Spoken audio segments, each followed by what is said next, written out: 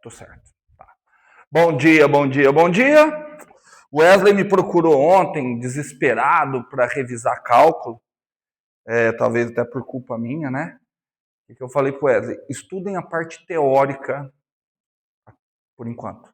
Quando for precisando dos cálculos, eu tenho tempo para puxar para vocês, tá bom? Toda vez que for precisar de cálculo, eu vou avisar. Hoje, por exemplo, a gente vai precisar. Mas o que vocês vão precisar relembrar se for dar uma estudada nisso? Produto vetorial, ok? É produto vetorial, que é o cálculo máximo que nós vamos precisar hoje. Então, vamos fazer uma bem breve, revisão do que a gente viu e uma contextualização de qual vai ser o nosso ataque, como que nós vamos fazer para tentar entender essa parte tão complexa da física que é a parte do magnetismo. Certo? Vamos lá. O que nós sabemos do magnetismo? Rápido. Uma coisinha rápida. O que vocês sabem do magnetismo? Simples. Não, alguma coisa vocês sabem, pelo amor de Deus. Fala coisa simples. Vocês estão demorando porque vocês ficam pensando em coisa muito sofisticada. Eu quero coisa simples. O que vocês sabem do magnetismo? Ou seja, é o quê? É uma força. Magnetismo é força. O que mais? Não, mais simples ainda. Mais simples ainda. É uma força o quê? A gente, dentro da mecânica, dentro do que a gente está estudando, dentro da física clássica, a gente classifica forças em duas categorias. Força de campo ou força de contato. Pronto, então se você quiser uma informação que carregue, quiser uma frase simples que carregue o máximo possível de importância de informação sobre a força, sobre o magnetismo, é o quê? O magnetismo é uma força de campo. E a gente está construindo uma equação da força magnética por analogia com as forças de campo que a gente conhece.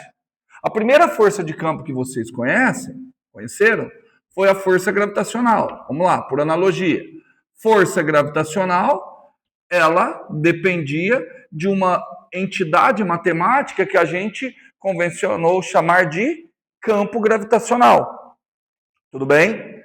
Mas quem é que sente o campo gravitacional? Quem é capaz de perceber esse campo gravitacional? Uma carga gravitacional. Carga gravitacional? Do que a gente não fala carga gravitacional, né? Do que a gente chama? Massa gravitacional. Poderia chamar de carga gravitacional? Teria algum problema? Não teria. Tudo bem? Não teria problema nenhum. Mas a gente convencionou chamar de massa. Então, qual que é a estrutura dessa equação? Vamos pegar a estrutura? Eu tenho uma distribuição de massas. Uma distribuição de massas perturba o espaço. Essa perturbação no espaço eu entendo como campo gravitacional. Quem é que consegue perceber essa perturbação no espaço causada por uma distribuição de massas? Outra massa. E ela percebe sentindo uma força. Essa força é a massa vezes o campo gravitacional no qual ela está inserida. Tudo bem? Outra força de campo que vocês conhecem, qual é a força? Elétrica. Então, a força elétrica também é uma força de campo. Só que é uma força de campo, então a entidade matemática que indica a existência de força elétrica é o campo elétrico. E quem é que é capaz de sentir o campo elétrico? Quem é que é capaz de perceber essa entidade matemática? Uma carga elétrica. Tudo bem? Uma carga elétrica. E aí qual é a interpretação? Eu tenho uma distribuição de cargas. Essa distribuição de cargas perturba o espaço. Essa perturbação do espaço eu entendo como sendo um campo elétrico. E quem é que consegue perceber essa perturbação do espaço causada por uma distribuição de cargas? Uma outra carguinha.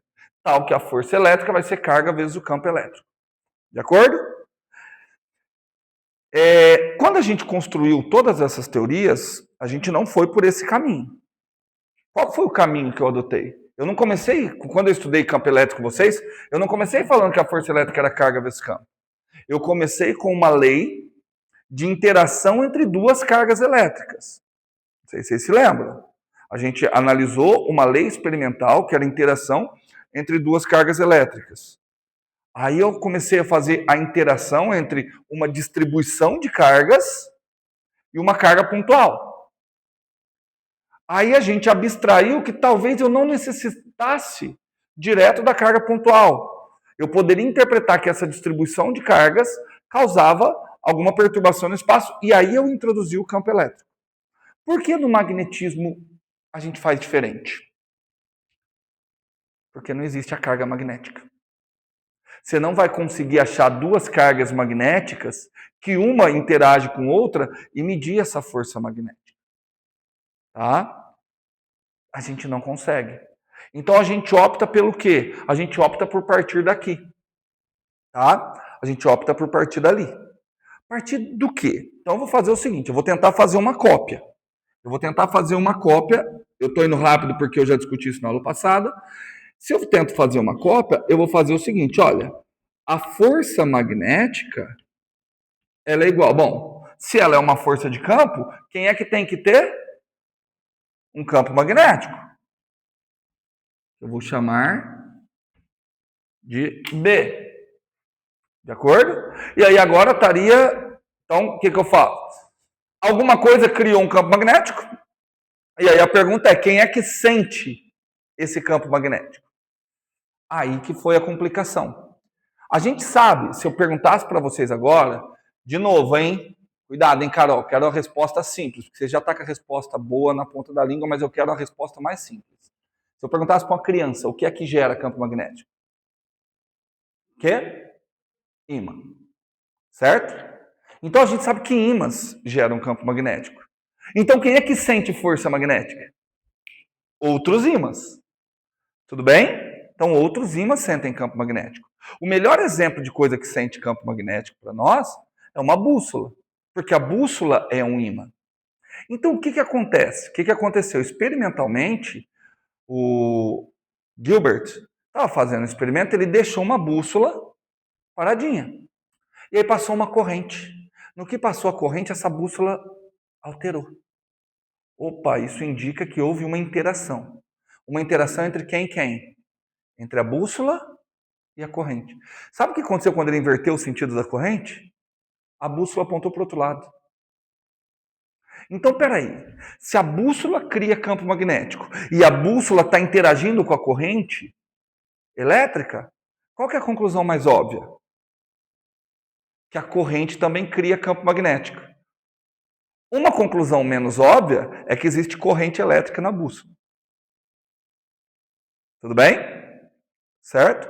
Então, as fontes de campo magnético, e se são as fontes de campo magnético, também são as entidades que sentem campo magnético, são correntes elétricas.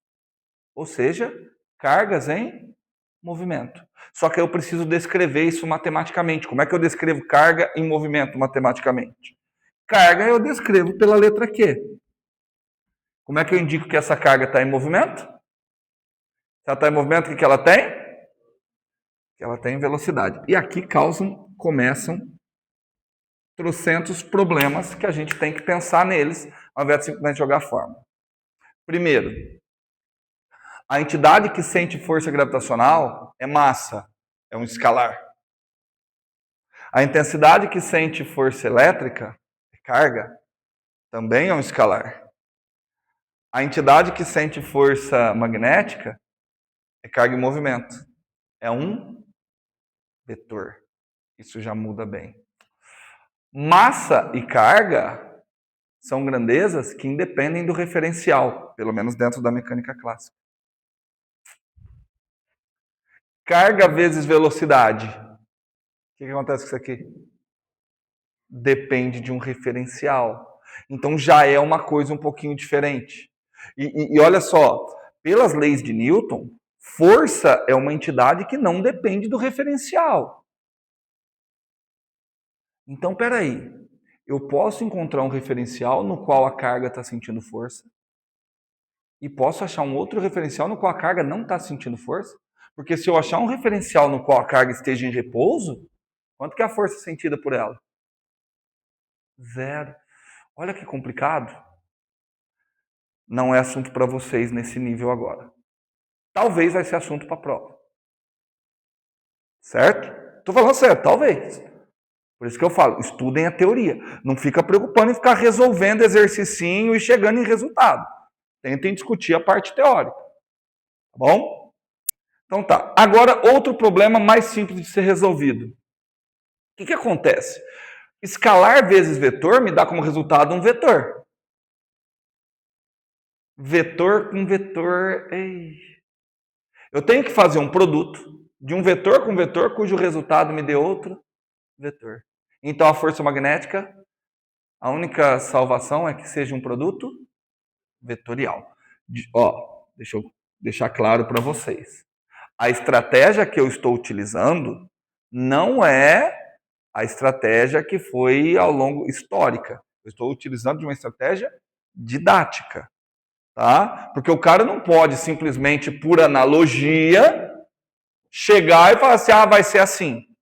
Você tinha experimentos, você tinha resultados experimentais a serem comprovados. Eu ainda vou mostrar quais são os resultados experimentais que foram comprovados, e aí você começa a destrinchar esses resultados experimentais e chegar naquilo ali. Tá bom? Ok?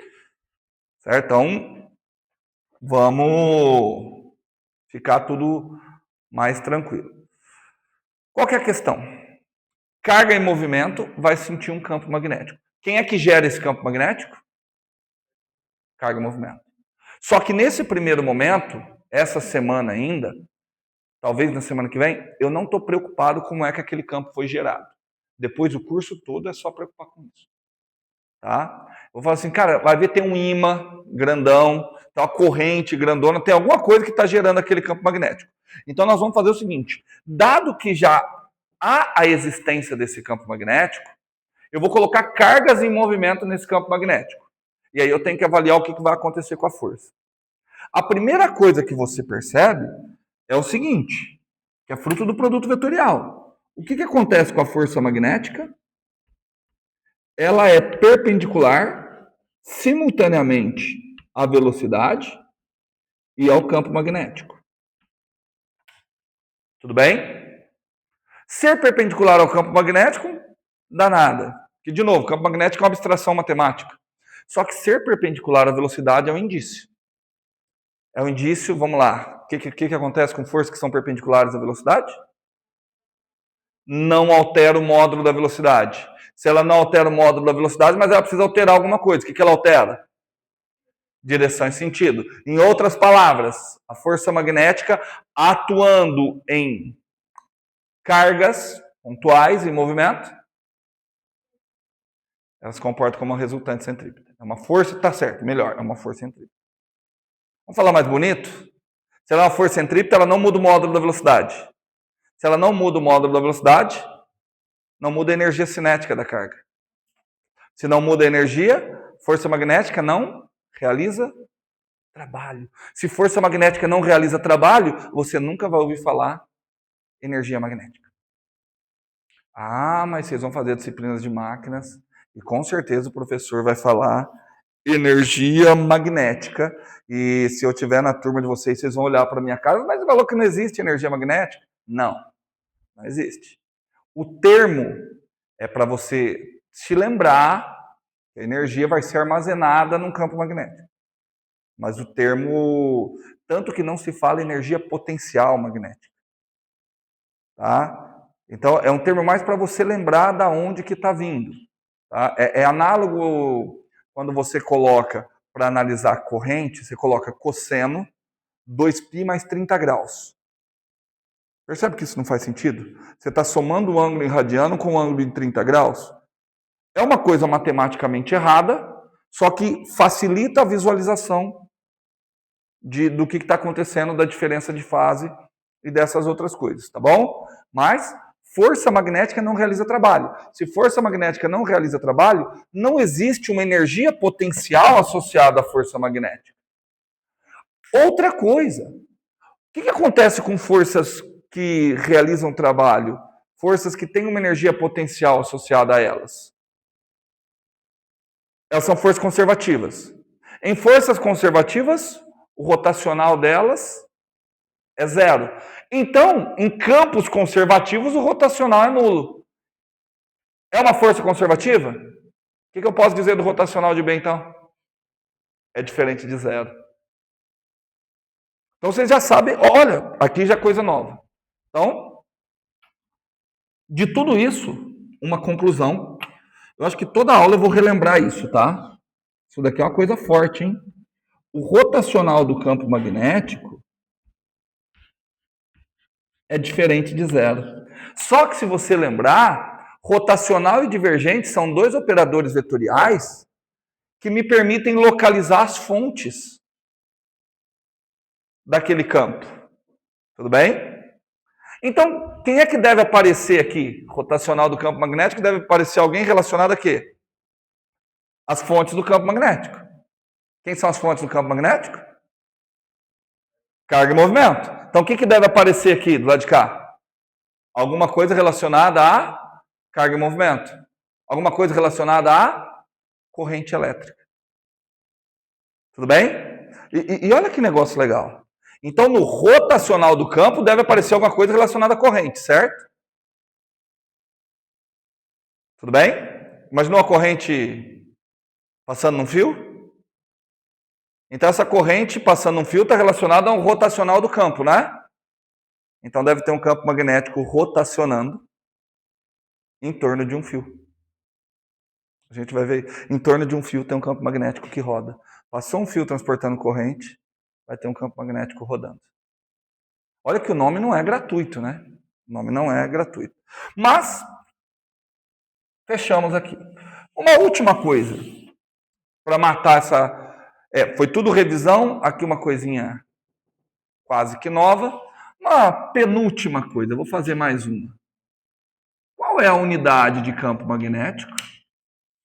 Faça uma análise dimensional no Sistema Internacional de Unidades. Vai, tá fácil. No Sistema Internacional de Unidades, tá fácil. Unidade de campo magnético. É a unidade de força, Newton, dividido por quem? Coulomb, metro por segundo. Então, Coulomb, metro por segundo. Eu vou jogar o segundo para cá. O que está faltando? Só isso, né? Só isso. Newton, Coulomb, metro por segundo. Ah, vamos dar um nome para isso aqui.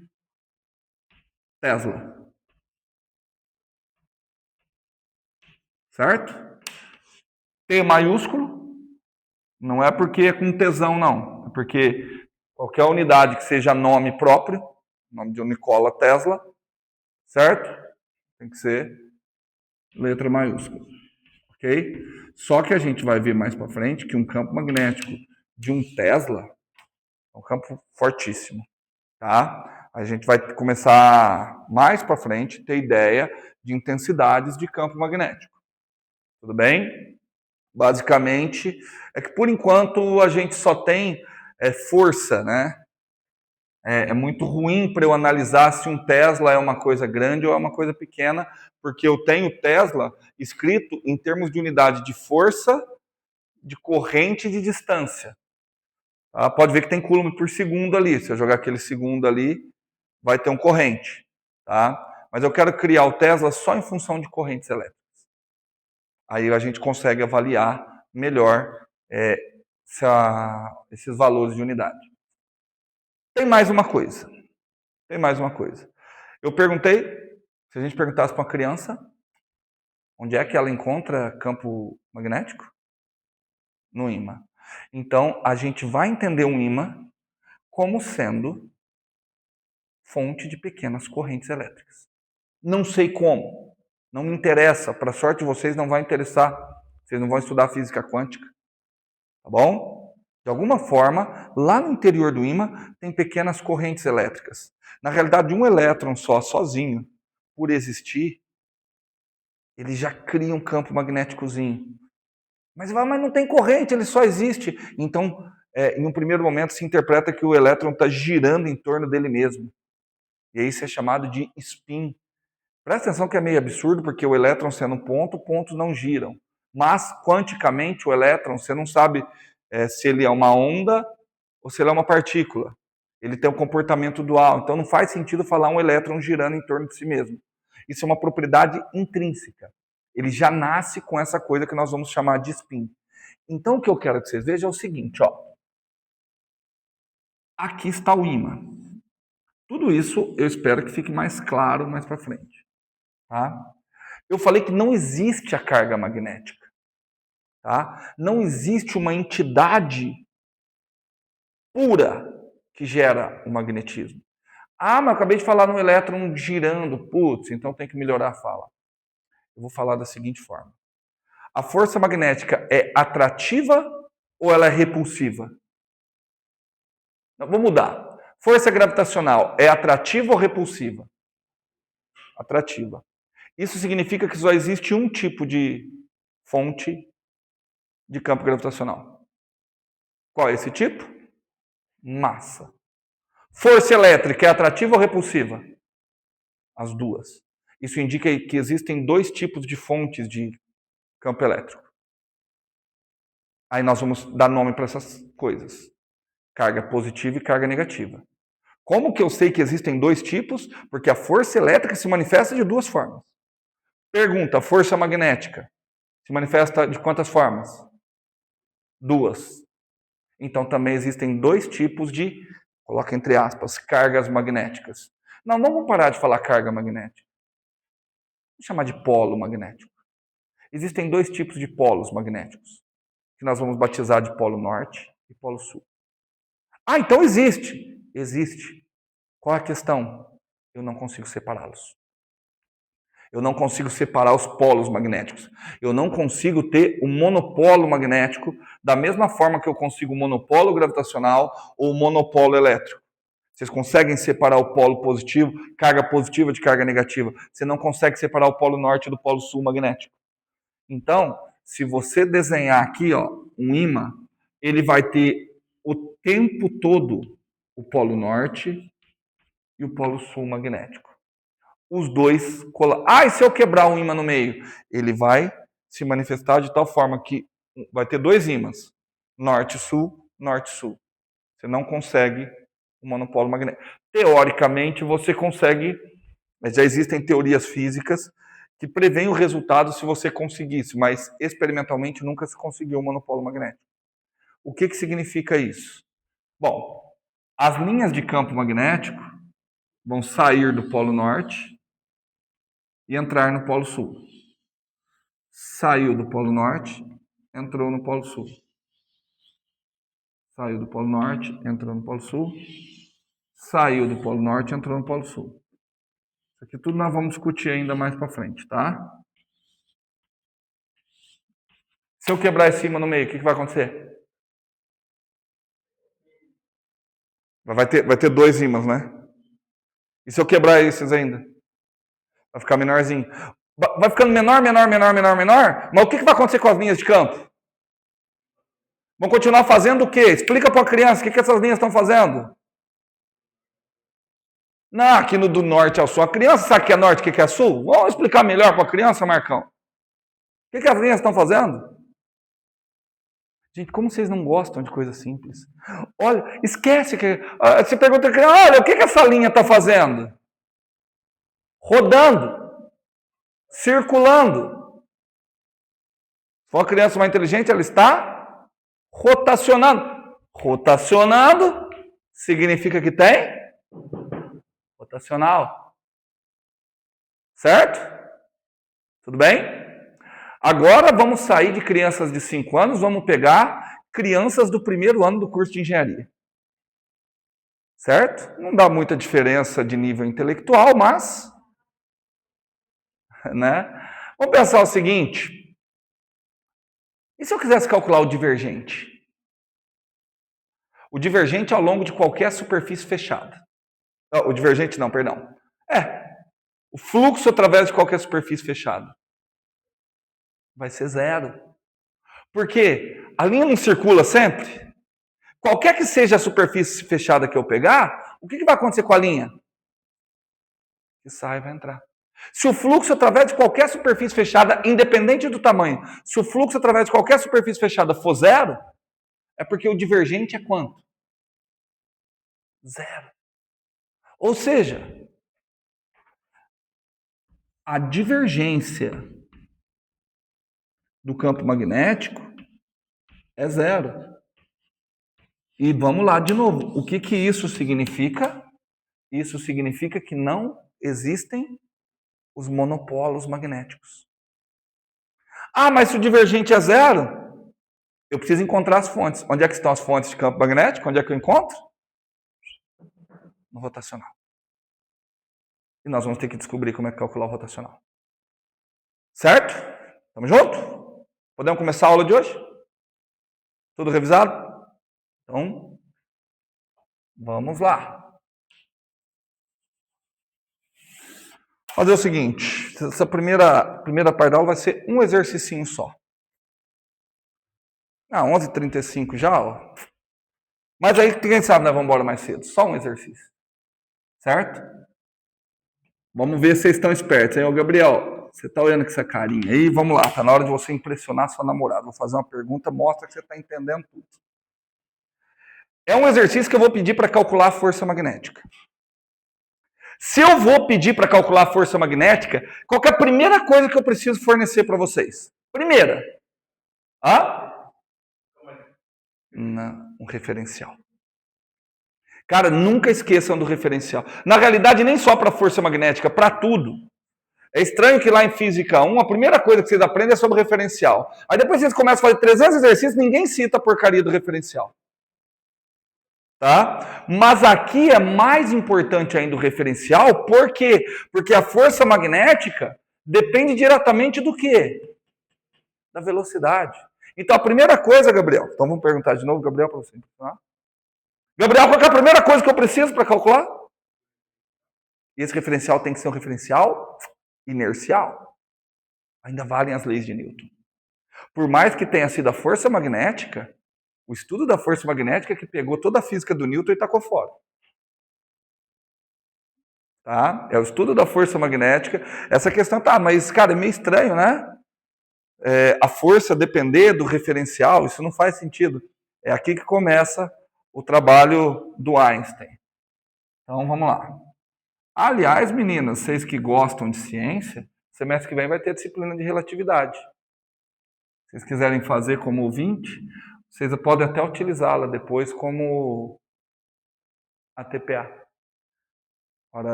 A disciplina é difícil, mas é facinho de passar, tá?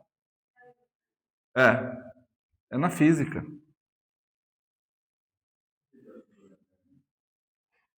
Oi?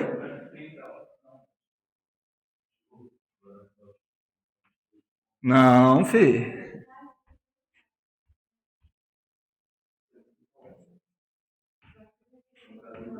Ó, X, Y, Z. Vamos lá.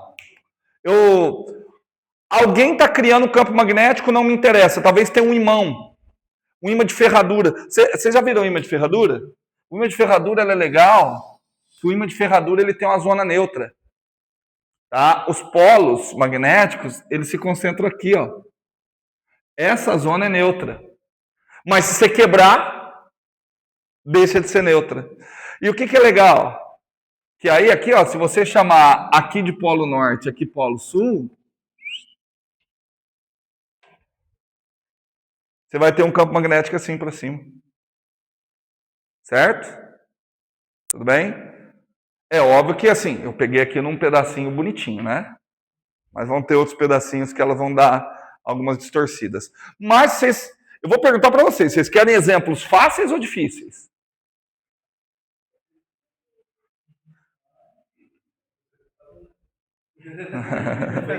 Mas aí é uma questão didática, né? Melhor a gente começar com fácil, né? A gente começa com fácil, vocês já não entendem? Então, para onde? Então, vamos fazer o seguinte, vamos começar fácil. Vamos imaginar que eu tenho um campo magnético constante no espaço. Presta atenção que eu coloquei o referencial e eu não estou preocupado se o referencial é grande ou é pequeno. Tá? Para aquele referencial, vamos considerar o seguinte campo magnético. Ele está assim. Tá? Esse é o vetor campo magnético. Ele vale um certo B0 na direção K. Show de bola? Aí eu vou lançar uma partícula. Vou lançar uma partícula. Essa partícula vai ter uma certa velocidade inicial.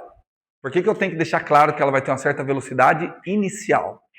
Porque se eu estou jogando uma partícula elétrica carregada em um campo magnético, o que ela sente? Força magnética.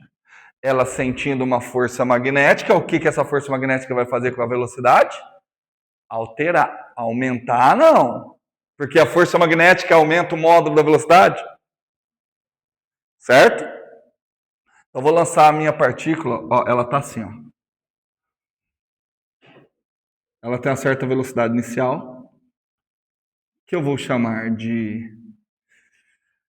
eu vou colocar Vx na direção y, mais Vy na direção j, mais Vz na direção k. Vou colocar assim. Só que aqui eu não quero colocar índice, mas é uma velocidade inicial na direção x, uma velocidade inicial na direção y, uma velocidade inicial na direção k. Tudo bem? Certo? Ah, essa partícula está carregada. Escolhem aí, para ficar mais fácil. Vocês querem que ela esteja carregada positivamente ou negativamente? Ah, vamos colocar positivamente, né? Para ficar mais fácil. Certinho? Certinho, Gabi? Pergunta de $1 milhão, Gabi. Velocidade eu estou colocando em 3 componentes, né? Todas as componentes vão ter variação? Não necessariamente, por quê?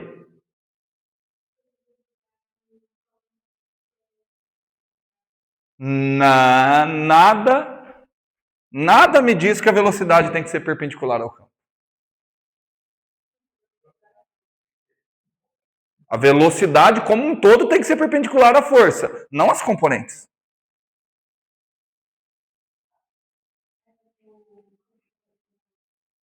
Só tem campo na componente K. E é assim, o fato de só ter na componente K é que eu coloquei um sistema de referência que fosse dessa forma.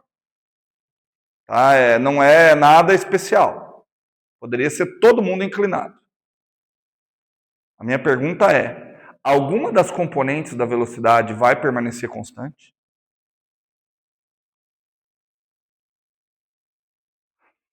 Vou mudar a pergunta. Alguém me diga aí, por favor, qual é o módulo da velocidade? Como que é o módulo? Vx quadrado mais Vy quadrado mais Vz quadrado na raiz. Certo? Vx quadrado mais Vy quadrado mais Vz quadrado na raiz. Isso daqui não vai mudar. A minha pergunta é, alguma dessas 3 componentes vai permanecer constante? Essa que é a minha pergunta. Não pode ver... Qual a conclusão? Eu falo assim, ó, a componente x, a componente y e a componente z permanecem constantes. Se eu falar isso, o que eu estou dizendo? Que não tem força magnética. Porque se as três componentes permanecem constantes, é porque o vetor velocidade permanece constante. Então a trajetória seria retilínea. E para a trajetória ser retilínea com módulo de velocidade constante, não tem força resultante. Ah, olha lá. Por isso que eu gosto de pessoas inteligentes na sala. Perfeito. Apenas. O que significa isso, gente? É isso. Lembra que eu te falei? Chega em casa, estuda essa semana, revê produto vetorial. Como é que calcula o módulo de um produto vetorial? Módulo do primeiro, módulo do segundo, seno do ângulo. Seno de zero, zero. Ou seja, a força magnética vai ser zero se a velocidade for paralela ao campo. Tudo bem? Olha ali, a velocidade é paralela ao campo? Não. Mas tem uma componente que é paralela ao campo. Qual componente da velocidade é paralela ao campo? A componente z. Se essa componente é paralela ao campo, Então, a componente Z da força magnética vale quanto? 0. De acordo? Se a componente Z da força magnética vale 0, quer dizer que a velocidade VZ vai ser constante. Então, essa partícula com certeza vai continuar subindo. O Wesley não está conseguindo... não está conseguindo, não. Estou vendo que o Wesley está tentando visualizar. Wesley, é sempre assim, é a dica que eu estou dando na hora que vocês estiverem estudando em casa e forem resolver exercício. Primeiro, tenta discutir mentalmente a parte teórica. Vamos resolver na raça? Vamos calcular a força magnética? Vem comigo. Força magnética, vamos lá. Carga, ainda bem que é positiva. Velocidade. Velocidade. Vx na direção I, mais Vy na direção K, mais Vz, Vy na direção J, vocês não me corrigem, mais Vz na direção K. Produto vetorial com campo magnético. Quem é o campo magnético? B0 na direção K. Olha que legal, o nível que vocês estão, ao invés de complicar as coisas, sabe aquele negócio de ficar fazendo regra da mão direita? Não precisa. Vocês estão num nível que vocês aprendem mais e as coisas ficam mais fáceis. Uma das propriedades do produto vetorial é que ele é associativo. Ou seja, é válida a propriedade distributiva. O que significa que é válido? Eu posso fazer isso, ó, esse produto vetorial com esse produto vetorial com esse, e esse produto vetorial com esse somar. Ah, mas quanto que é I produto vetorial com K, com J? Vamos ver? O I tá, ó, vamos lá, ó. I, J, K. I vetorial com J, dedos palmares na direção do I, fecha para pegar o J. Quanto que dá I produto vetorial com J? K. Certo? I com J dá K. Ah. E J com K? J com K deu I. E K com I? K com I deu J. Na realidade, essa é a maneira que você deve fazer para construir o seu referencial. O seu referencial, ele deve ser uma base ordenada. Não sei se vocês viram isso em geometria analítica. Se não viram, deveriam ter visto. Tá? Só são válidos para bases ordenadas. Tá? Regrinha para facilitar. I, J, K. Olha lá. Ó. Isso aqui ajuda muito lá no cálculo tensorial. Se você fizer I produto vetorial com J, dá K. Se você fizer J produto vetorial com K, dá I. Se você fizer K produto vetorial com I, dá J. No sentido oposto, produto vetorial é anticomutativo. Troca o sinal. Certo? Então, J produto vetorial com I, menos K. Tudo bem? Certo? Vamos calcular a força magnética? Vamos calcular? Ó, força magnética. Igual. Vamos lá. O Q vai continuar. Tem um escalar que multiplica. Bora. E produto vetorial com K? Menos J. Então vai ficar Vx B0 na direção menos J. Tudo bem? J vetorial com K. I. Então, mais Vy B0 na direção I. Vou nem fazer o outro. K vetorial com K, 0. Olha para a forma da força magnética. Quanto é a componente K da força magnética? Quanto?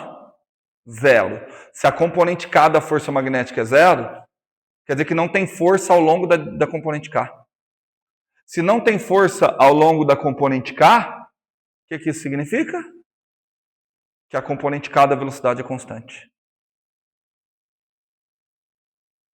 Então esse corpo vai subir. Tudo bem? Porém, tem força ao longo da componente I, tem força ao longo da componente J. Tudo bem? Ok? Vamos fazer um teste? Vamos fazer um teste? Teste. Eu não vou explicar o porquê que eu estou fazendo o teste, eu quero que depois, no final, vocês me digam o porquê. Faz isso daqui para mim, ó. Faz aí de cabecinha, que vocês são bons. Faz o produto escalar, força magnética com o vetor velocidade inicial. Faz para mim o produto escalar. Como é que faz o produto escalar mesmo? I com I, J com J, Z com Z. Vamos pegar, ó, I com I. Quanto que vai dar? I com I vai ficar Vx, Vy, B0. J com J menos Vx, Vy, B0. K com K, 0. Tudo bem? Então, quanto ficou? Vx, Vy, B0 menos... Quanto que deu? 0. Não precisava nem fazer essa conta, né, gente? O que eu quis dizer com isso? Se o produto escalar dá 0, o que significa? São perpendiculares. Só que eu já sabia isso desde o começo. Certo? Ou seja, a força magnética vai ser uma resultante centrípeta. Ela vai mudar a direção e sentido, mantendo o módulo. Qual a única trajetória possível? Circular. Essa trajetória é circular no plano XY. Só que ele não está subindo? Então o que ele vai fazer? Como que chama essa trajetória? Que espiral. Que espiral. Tudo bem. Helicoidal. Mas você falou espiral porque você está acostumado a comprar caderno espiral, né? Espiral de verdade é isso aqui, ó. Certo? Na realidade, seu caderno não é um caderno espiral. Ele é um caderno helicoidal. Certo? Você imagina chegar lá, eu quero um caderno helicoidal. Acabou. Não, você imagina como seria um caderno espiral, né? Abrir as folhas de um caderno espiral. Tudo bem? Mas vamos, cara, isso daqui é muito fácil. Isso aqui torna as coisas mais fáceis para nós. Isso aqui torna as coisas mais fáceis. Pessoal, tudo bem?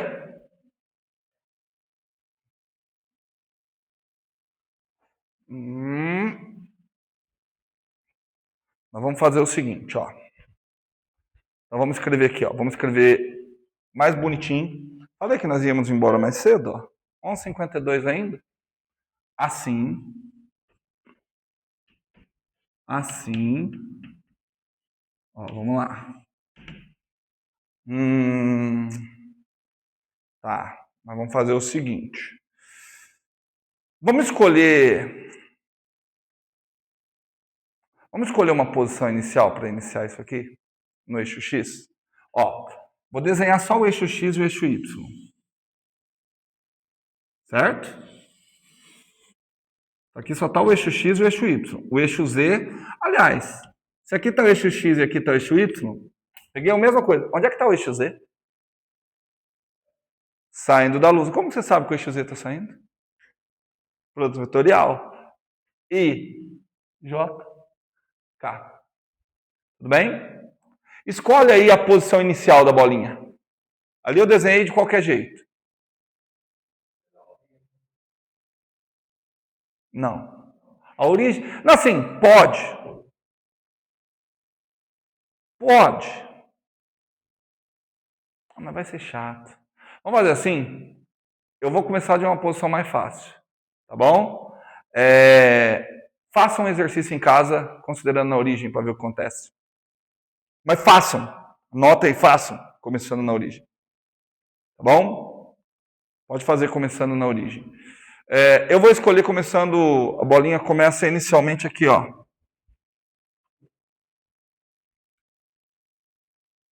Nessa posição. Vou colocar aqui. Ela começa aqui no eixo X.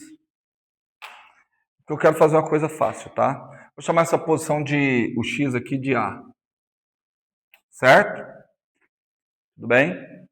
E vou considerar que inicialmente é o mesmo problema, só que agora eu já estou jogando alguns valores, tá? Valores bem entre aspas.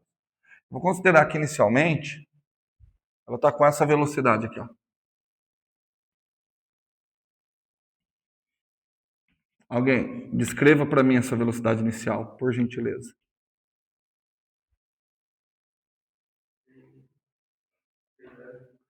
Zero na direção I. Tá vendo que aquela velocidade inicial não tem componente I. Perceberam? Então ele tem um VY na direção J, mais um VZ na direção K, que eu não estou desenhando, porque eu estou vendo a visão bidimensional. Tudo bem? De acordo? Então, aquela é uma possível condição inicial. Wesley considerou que ele começaria inicialmente na origem. Você pode começar na origem, começar para cima, para lá, tanto faz. Tudo bem? Depois vocês testam. É porque isso daqui vai dar um resultado bem bonitinho. Isso, escolhe. Você precisa escolher e você vai ver agora por quê. Para essa velocidade inicial, quanto é que ficou a força magnética? Vamos ver. A força magnética ficou quanto? Q vezes quanto?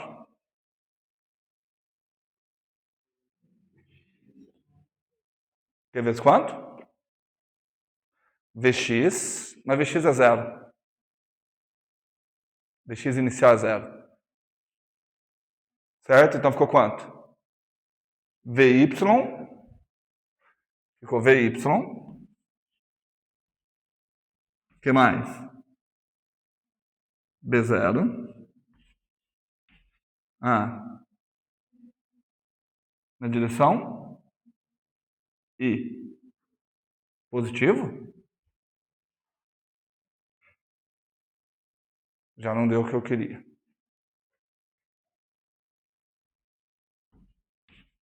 Já não deu o que eu queria. Mas eu vou dar o que eu queria agora.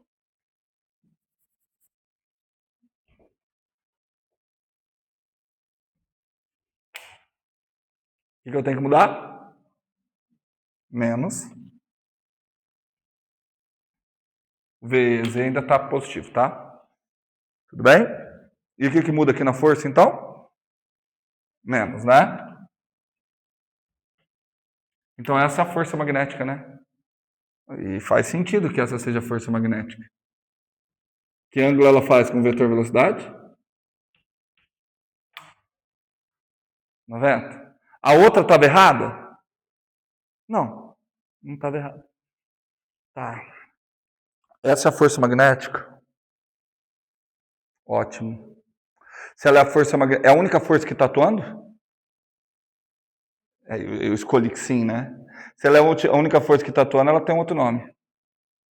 Força resultante. Força resultante. E força resultante eu sei calcular. Como é que se calcula a força resultante? Massa vezes quem?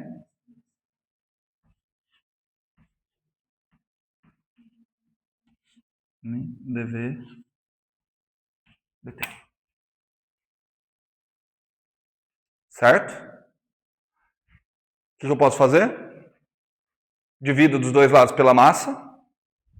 Vamos dividir dos dois lados pela massa?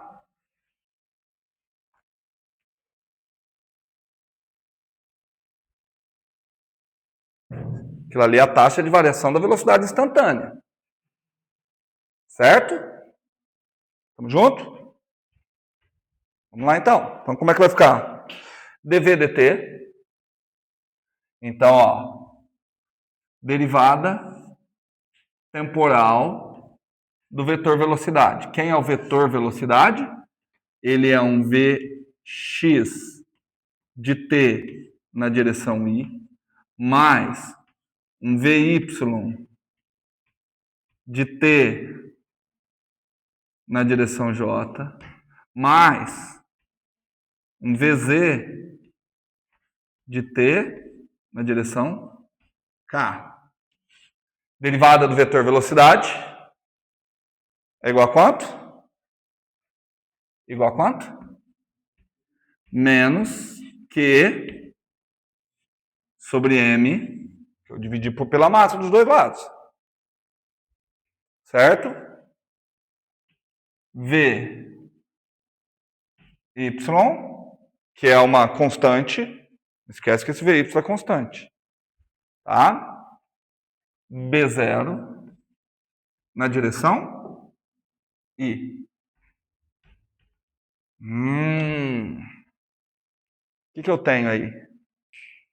3 equações diferenciais ordinárias de primeira ordem. Uma em I, uma em J e uma em K. Tudo bem? Vamos começar resolvendo a equação em I? Vamos começar? Vamos ver.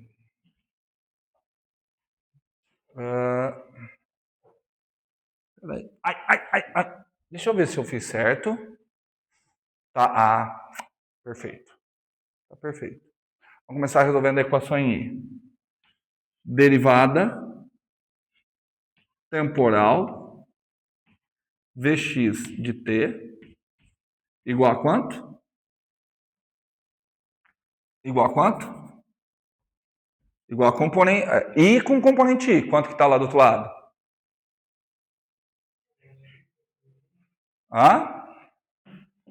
Menos Q sobre M. O que mais? Vy B0. Não tem o I, porque eu estou igualando componente I com componente I. M dv dt, massa vezes aceleração. Certo. Me parece que está tudo certo. Como é que eu faço para resolver agora? Integra dos dois lados.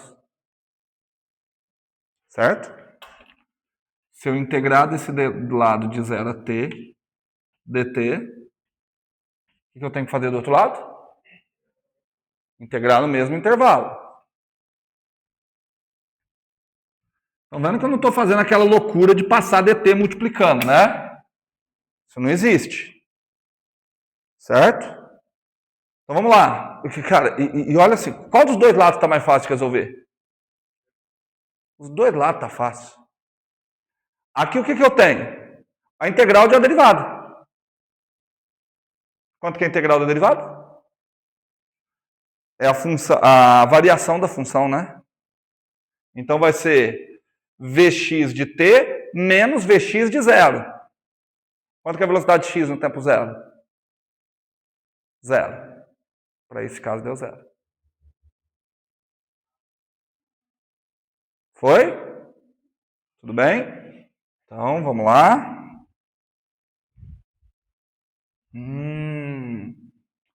Ali vai dar um pouquinho de trabalho, hein? E olha que eu escolhi coisas legais, hein?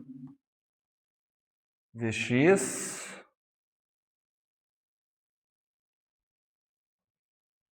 de t igual. Não, o que eu queria fazer, não vou fazer não. Não dá. Já vi que dá bosta. Parece que tá fácil integrar do outro lado, né? Só parece.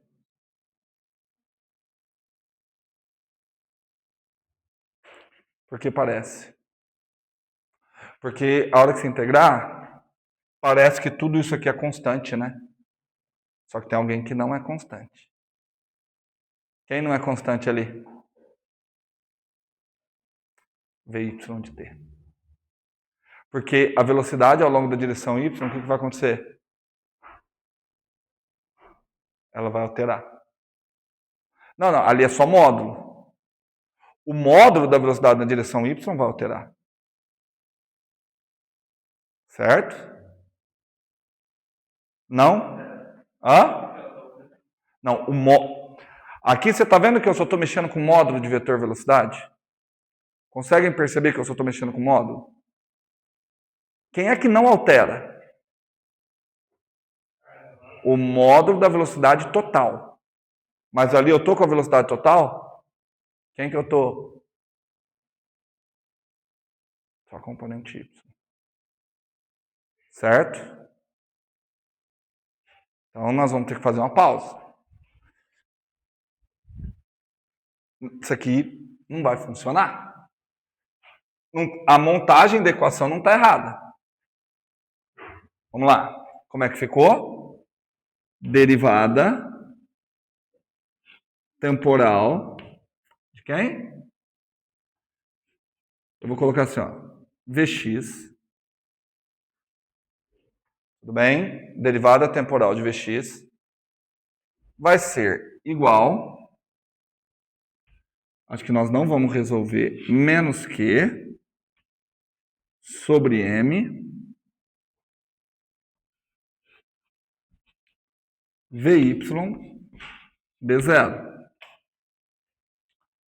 Só que o que acontece? Porque eu não posso integrar dos dois lados. Você sabe como é que varia Vy? Não sabe. Você não sabe. Você tem essa relação aqui, ela é sempre verdadeira? Que é outra coisa. A relação que está na luz, ela é sempre verdadeira? Pensem comigo. Não. Ela é sempre verdadeira ou ela só é verdadeira para o instante zero?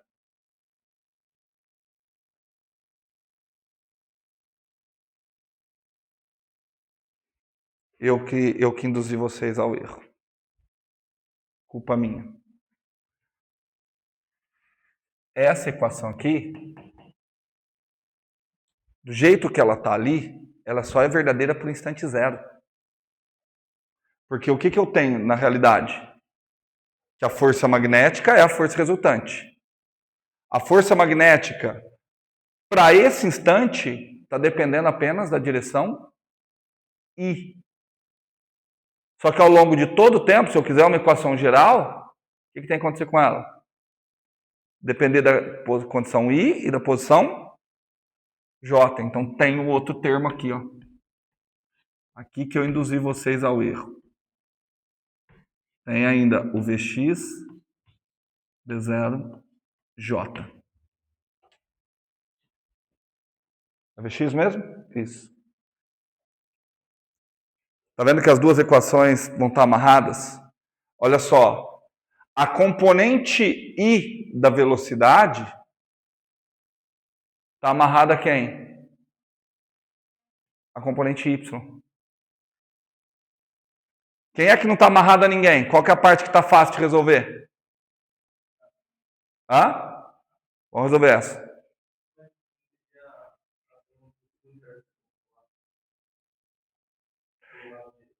Se você olhar aí, a hora que a gente calculou a força magnética, isso aqui tinha sido a força magnética, lembra? Essa daqui é a equação da força magnética. Certo? Isso daqui, vou até colocar um índice aqui. V0. V0 eu vou deixar. Aquilo ali é só a condição inicial que eu escolhi. Eu só escolhi como no início de tudo. Mas a equação da força magnética é isso. Tudo bem? Aí a hora que eu escrevi a igualdade, eu acabei não contabilizando a outra parcela. Por quê? Porque eu fui induzido a olhar só para a condição inicial. Tudo bem? Então, qual equação diferencial está fácil de ser resolvida? Em K. Bom, pelo menos em K eu sei resolver. Vamos ver aqui, ó. Em K. Vamos resolver essa equação em K? Então vamos lá. O que eu tenho? Que é a derivada temporal da componente Z da velocidade é quanto? Quanto é? 0. Opa! Então ficou fácil, né? Não ficou fácil? Se eu tenho uma derivada que dá 0, porque essa função é constante. Eu já sabia disso, né? Que conclusão que você chega? Que a velocidade em z é constante. Ah, tá aqui.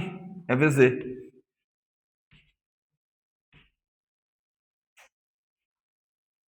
Tudo bem? Tudo bem? Dá para fazer mais uma coisa ainda.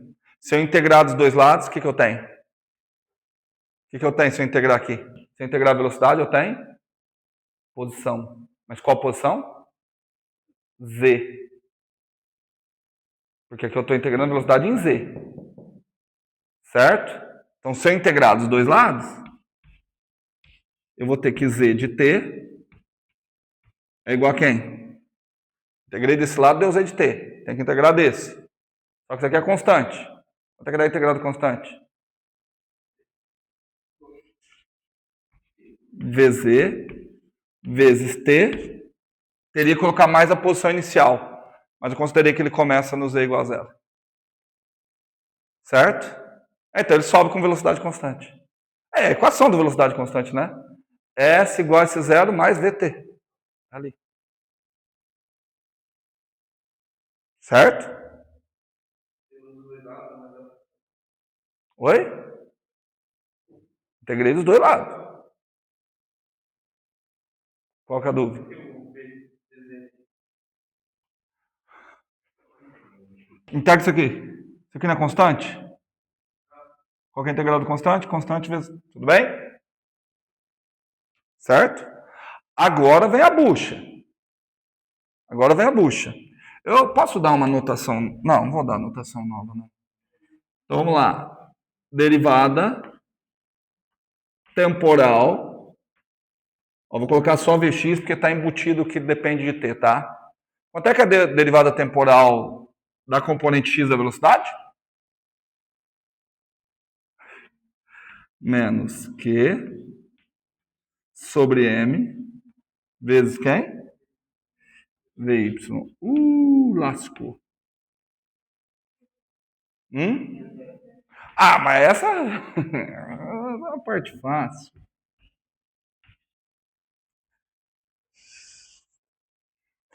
Quanto é que é a derivada temporal Vy, componente y da Q sobre m Vx d0.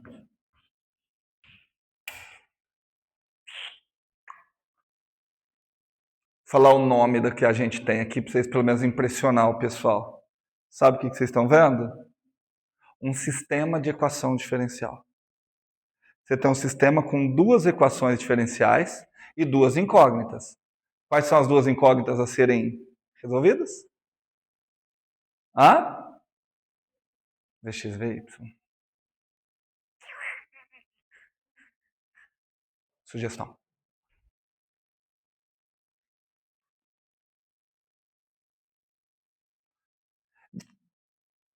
Tem uma coisa, assim, eu tô vendo duas formas de fazer. Uma difícil e outra muito difícil. Não tô brincando, tô vendo uma fácil e uma mais ou menos.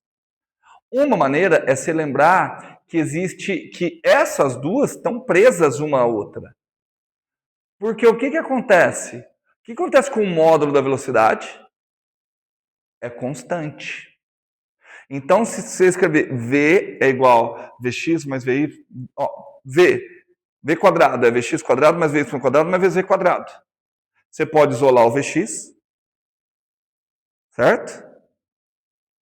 Você consegue isolar o Vx. Aí vai depender só do Vy. Aí você joga aqui o Vx. Você vai ter uma equação diferencial que vai ter uma raiz de Vy aqui. Entenderam ou não? Se eu estou falando assim é porque esse é o método que eu acho que vai ser mais fácil. Ó, você sabe que v ao quadrado é igual a vx quadrado mais vy quadrado mais vz quadrado. Eu não preciso nem pôr o vz quadrado, porque o vz quadrado já é constante. Tudo bem? Então, vx quadrado mais vy quadrado é constante. Tudo bem? Portanto, eu poderia, por exemplo, escrever vx é a raiz quadrada de algum v quadrado menos vy quadrado. Certo? Pego esse vx, jogo aqui. Tem uma equação diferencial que só depende de vy. Certo? Quer resolver desse jeito? Resolva. E tudo isso eu estou imaginando, tá? Talvez dê coisas complicadíssimas. O que eu estou achando que fica mais fácil, você tem um poder de decisão. Marcão, qual que você prefere, de cima ou de baixo? Você prefere resolver de baixo? Então, assim, ó, se o problema está muito difícil, porque tem uma derivada, vamos fazer aparecer uma derivada segunda, a gente complica mais o problema. Vou derivar dos dois lados. Se eu derivar desse lado, o que eu fico? Uma derivada segunda temporal de quem? Do vy. Derivei esse lado. Mas, se eu derivei um lado, o que eu tenho que fazer do outro? Derivar o outro. Gente, coisa linda, coisa linda. Preciso derivar o outro lado. Certo? Q sobre M fica...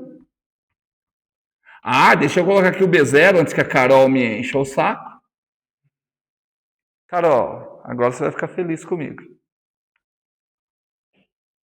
Derivada de Vx. Quem é a derivada de Vx?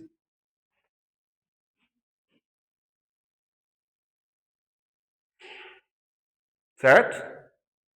Perceberam? Então, o que vai ficar? Ao quadrado, ao quadrado, ao quadrado, menos quem? Vy, né? Ah, gente, olha aqui. Acabou o problema. Gente, acabou o problema. Isso aqui é a coisa mais fácil do mundo. Qual é a função que, se eu derivar duas vezes, dá ela mesma com o sinal trocado? Fala uma função que, se eu derivar duas vezes, dá ela mesma com o sinal trocado? Seno ou cosseno? Exponencial não troca o sinal. Certo? Tudo bem? Hã? Deriva o seno. Deriva o cosseno. Derivei ela duas vezes, deu ela com o sinal trocado. Porém, não está derivando duas vezes, não está dando ela com o sinal trocado. Só que, por sorte, aquilo ali tudo está ao quadrado, gente. Por sorte, aquilo tudo está ao quadrado. Tá? É assim, é um daqueles problemas que, se eu largar vocês para pensar, vocês vão ficar aqui 2 horas. A hora que eu jogar a resposta, vocês vão... você como é fácil. Tá? Antes de eu jogar a resposta, só para não perder a prática, vamos mostrar que o Marcão teve uma péssima escolha. Vamos fazer na de cima. Porque vocês vão ver por quê. Tá? Mas daria para continuar, só por questão de tempo. Na de cima eu posso fazer a mesma coisa, né? Deriva em cima e deriva embaixo. O que vai ficar? Derivada segunda temporal de quem?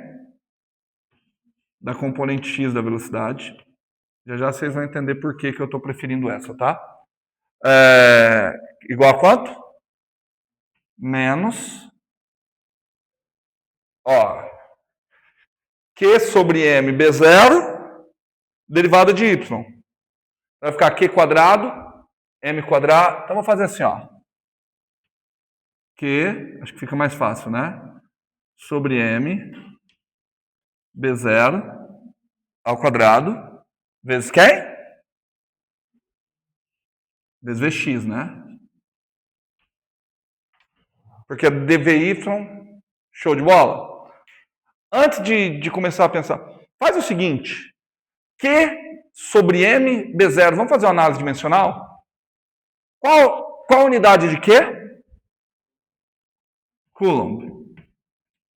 Qual a unidade de M? Quilograma. Vocês fizeram agora há pouco. Qual a unidade de B? Não, Tesla, mas tem que abrir. Newton vezes segundo por Coulomb metro. Tá. Coulomb vai embora com Coulomb. Só isso, né? Tá. Mas o Newton dá para eu melhorar. Newton é quilograma metro por segundo ao quadrado vezes segundo por quanto? Quilograma vezes metro. Quilograma vai embora com quilograma. 1 segundo morre 1 segundo. Metro vai embora com metro. Da unidade de quê? 1 sobre segundo. 1 sobre segundo é unidade do quê? Frequência. Também pode ser unidade de frequência angular, né? Pode ser unidade de ômega, né? Ômega é o que aparece no argumento do cosseno, né? Coincidência? Não. Tudo bem? Então, vamos fazer um teste. Fazer teste. Presta atenção. Teste tem duas possibilidades. Ou Vx de t vai ser alguma constante vezes cosseno de quem? Q sobre M B0 vezes T, ou o seno. Tudo bem? Vamos testar? Como é que dá a derivada disso? Deriva primeiro. Isso daqui sai. Vai ficar A vezes isso vezes seno. Deriva de novo. Isso sai de novo, portanto aparece ao quadrado. De acordo? Vezes o vezes menos seno. Então, aquilo ali resolve aquela equação. Me dá outra solução. Além do cosseno, me dá outra solução. Seno. De acordo? Só que tem um detalhe, né? Falta eu saber quanto que é esse A. E se eu colocasse mais alguma coisa no argumento, também daria. Só que por que eu escolhi o Vx? Porque eu sei no tempo zero. Quanto que vale o Vx no tempo zero? Zero. Pode ser o cosseno? Não pode ser o cosseno. Certo? Não pode ser o cosseno. Então aqui tem que ser o quê? Tem que ser seno.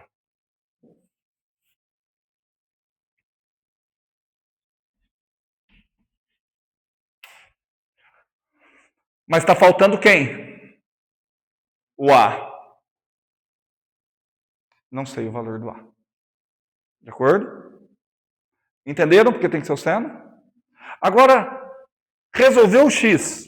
Viu por que resolver o x era mais fácil? Porque eu já sabia que o Vx inicial era zero. Mas eu poderia ter chegado a essa conclusão resolvendo o y. Mas agora, olha o que eu vou fazer. Vx de Vy de t.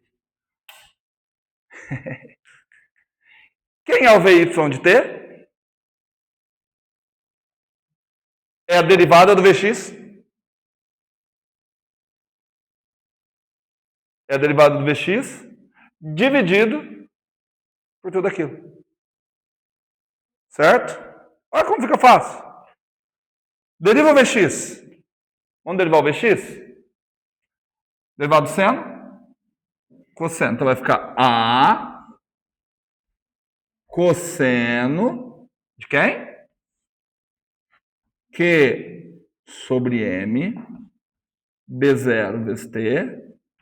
Acabei de derivar? Não. Aparecia Q sobre M B0 aqui. Só que eu teria que vir dividindo. Ele cancelaria. Tá faltando quem? Não. Acabou. Achei o Vx e achei o Vy. Não acabou! Quanto que vale o A? Posso falar o valor do A? V0Y.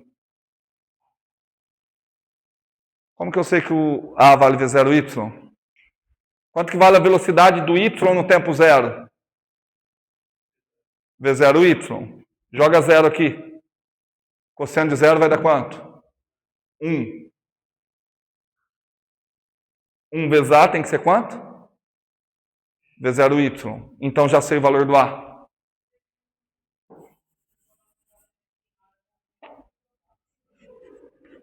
V0Y. V0Y. O que já deveria ser óbvio. Por quê? A velocidade no plano XY, o módulo dela não pode alterar. Enquanto começou a velocidade no plano XY, V0Y. Fechou. De acordo? A velocidade no plano XY vai mudar? Módulo? Não. Quanto que era o módulo inicial? V0Y. Tem que continuar sendo V0Y. E se eu quiser achar a posição?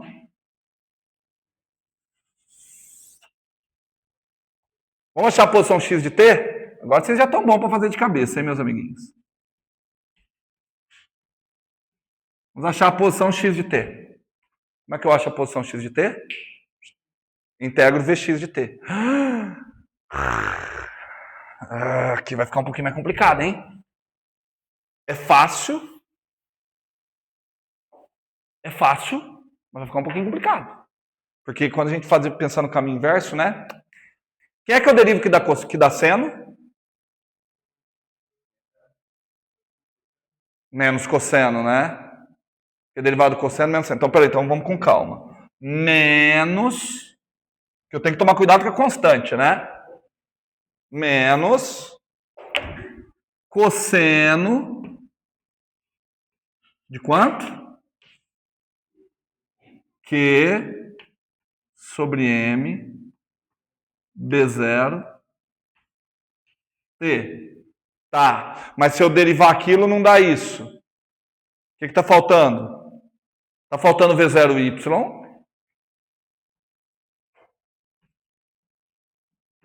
Se eu derivar isso, aparece o Q sobre M B0. Então eu tenho que inverter para cancelar.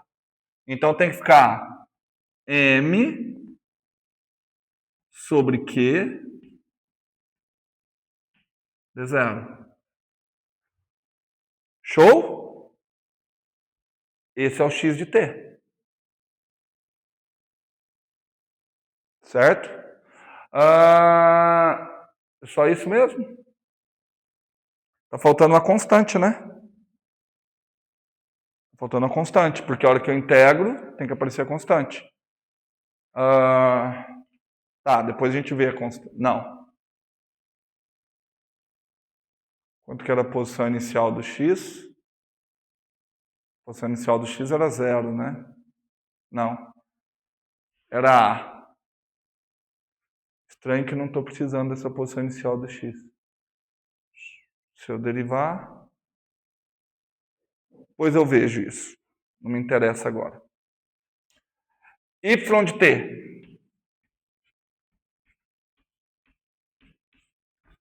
Vai, agora ficou fácil. Quanto é que vai ficar o y de t?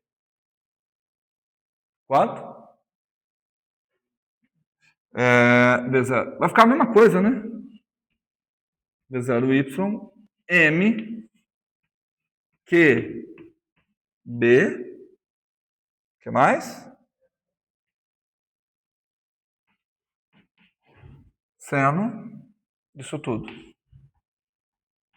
Q sobre M B0T. Fala.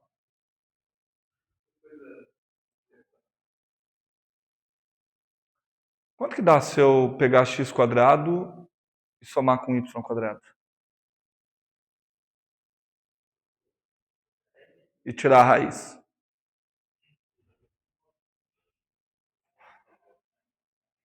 Vai ter tudo isso aqui, que eu vou pôr em evidência. Vai ter um seno ao quadrado mais cosseno ao quadrado, que vai dar quanto? 1. Vai ficar tudo isso ao quadrado. Tudo bem? Então, x quadrado mais y quadrado está dando constante. De acordo? X quadrado mais y quadrado está dando uma constante. Quanto que x quadrado mais y quadrado é uma constante? Quando eu estou onde? X quadrado mais y quadrado igual a constante. Circunferência. Qual raio dessa circunferência? V0 M sobre Q vezes B. Esse é o A.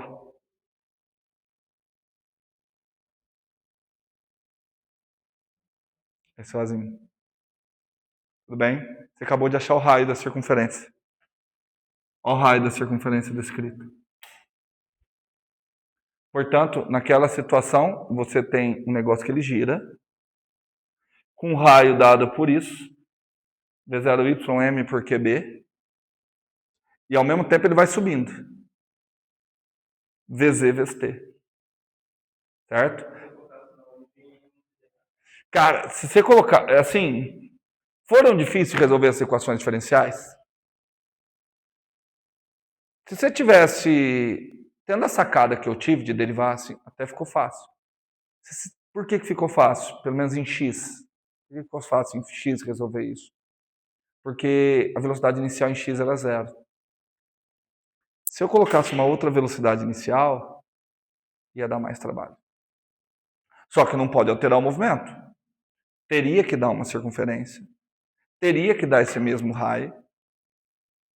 Tá? O mesmo raio, não.